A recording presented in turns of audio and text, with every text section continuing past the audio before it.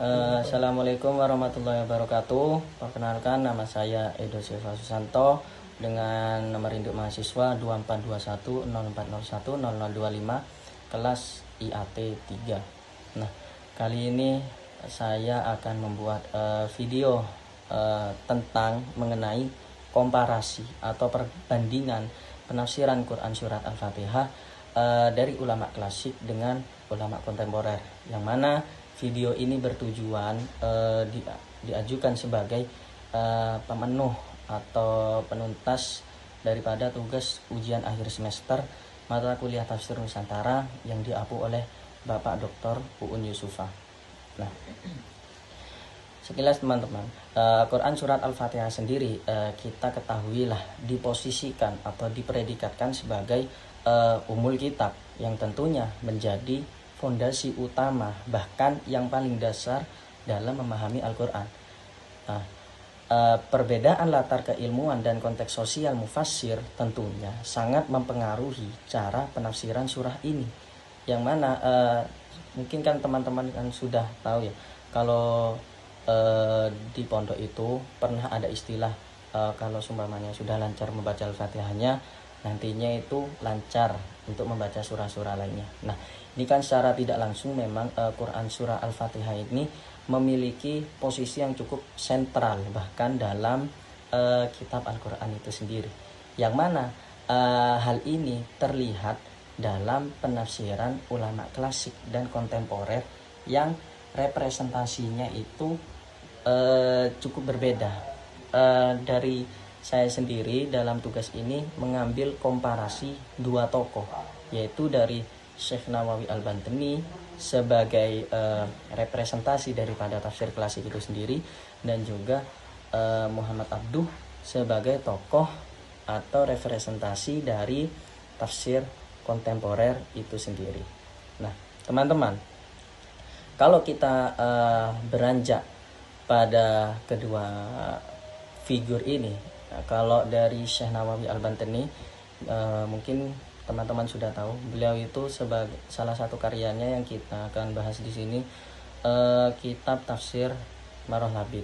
Kemudian dari Muhammad Abduh sendiri yang kita akan kaji di sini itu karyanya tafsir Al-Manar. Nah, yang pertama dari latar tafsirnya itu sendiri, kalau dari Syekh Nawawi Al-Bantani ini sangat mencerminkan kepesantrenan dan tradisi keilmuannya yang klasik. Berbeda halnya dengan Muhammad Abduh, karena mungkin dipengaruhi oleh era. Dari Muhammad Abduh sendiri ini lebih condong ke modernitas dan juga gerakan pembaruan Islam. Jadi kalau tafsir Marah Labid itu masih berputar dalam keilmuan klasik dan juga kepesantrenan, kalau dari Muhammad Abduh itu sendiri itu condong ke modernitas dan juga gerakan pembaruan Islam. Nah, dari corak tafsirnya sendiri dari era yang sudah berbeda, tentunya dari tafsir Marah Labid sendiri ini condong ke teologis dan juga tradisional. Nah, kalau dari Muhammad Abduh sendiri berkaca ke latar tafsirnya sendiri, ini coraknya lebih ke rasional dan juga reformis sesuai dengan latar tafsirnya, yaitu pembaruan. Nah, cuma dalam metodenya kedua-duanya ini sama-sama menampilkan metode tahlili. Nah, cuma perbedaannya kalau dari tafsir Marah Labid itu tahlili, analisis berbasis riwayat dan pendapat ulama klasik.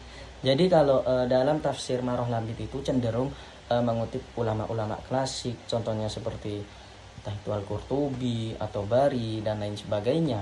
Nah, kalau dalam Muhammad Abduh sendiri dalam karyanya Tafsir Al-Manar ini lebih mengutip atau menganalisis pendekatan yang rasional dan kontekstual. Jadi bisa dikatakan lebih kontekstual atau menyesuaikan teks dengan konteks seperti itu.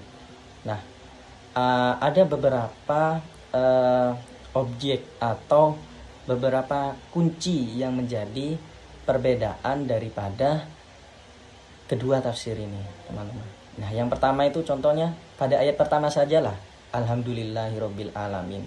Nah, dari frasa alhamdulillah di sini, kalau dari Syekh Nawawi Al-Bantani dalam Marah Labidnya itu menafsirkan pujian tersebut bersifat mutlak kepada Allah sebagai bentuk penghambaan, rasa syukur dan terima kasih dan lain sebagainya. Nah, cuma dalam pendekatan daripada Muhammad Abduh sendiri dalam tafsir Al-Manar, nah di sini cukup rasional, kesadaran manusia akan nikmat dan juga keteraturan ciptaan Allah. Jadi memang dari sini kan sudah merepresentasikan ya tentang perbedaan kedua tafsir tersebut.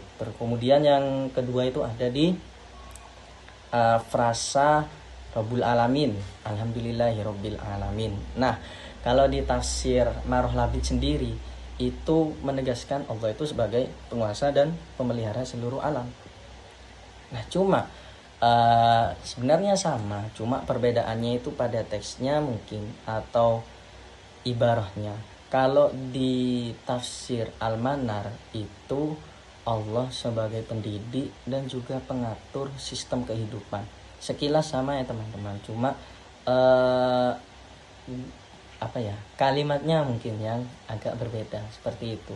Nah, kalau kemudian yang poin yang ketiga itu ada di ayat setelahnya, Ar-Rahmanir Rahim. Nah, kalau dari tafsir Marah Labid sendiri sama mengaca dengan tafsir ayat-ayat sebelumnya. Ini penegasan sifat kasih sayang Allah yang bersifat absolut seperti itu. Nah, kalau daripada tafsir Al-Manar sendiri atau pandangannya Muhammad Abduh ini ke rahmat Allah sebagai dasar etika sosial manusia seperti itu.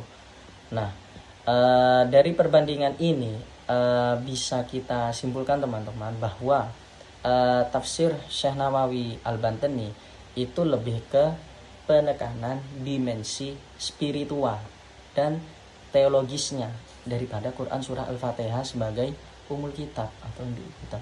Nah, sedangkan dari Muhammad Abduh sendiri ini menyoroti ke dimensi rasional dan juga sosialitasnya. Nah, keduanya ini sama-sama sebenarnya menunjukkan bahwa Al-Fatihah itu tidak hanya berfungsi sebagai bacaan ritual, tetapi juga pedoman hidup yang dapat difahami sesuai dengan konteks zaman dan juga masyarakat. Jadi Al-Fatihah di sini tidak hanya sebagai bacaan saja atau pembukaan biasa. Memang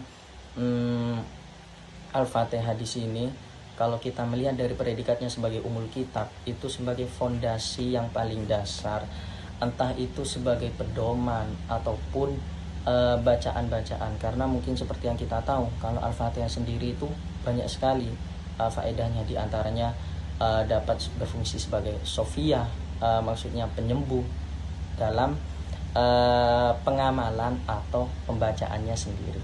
Nah, ini kan bisa kita simpulkan kalau memang sangat sentral posisinya dalam Al-Quran. Baik, kurang lebihnya demikian untuk tugas ujian akhir semester mata kuliah Tafsir Nusantara yang dilampu oleh Bapak Dr. Uni Yusufa. Kurang lebihnya mohon maaf. Wassalamualaikum warahmatullahi wabarakatuh.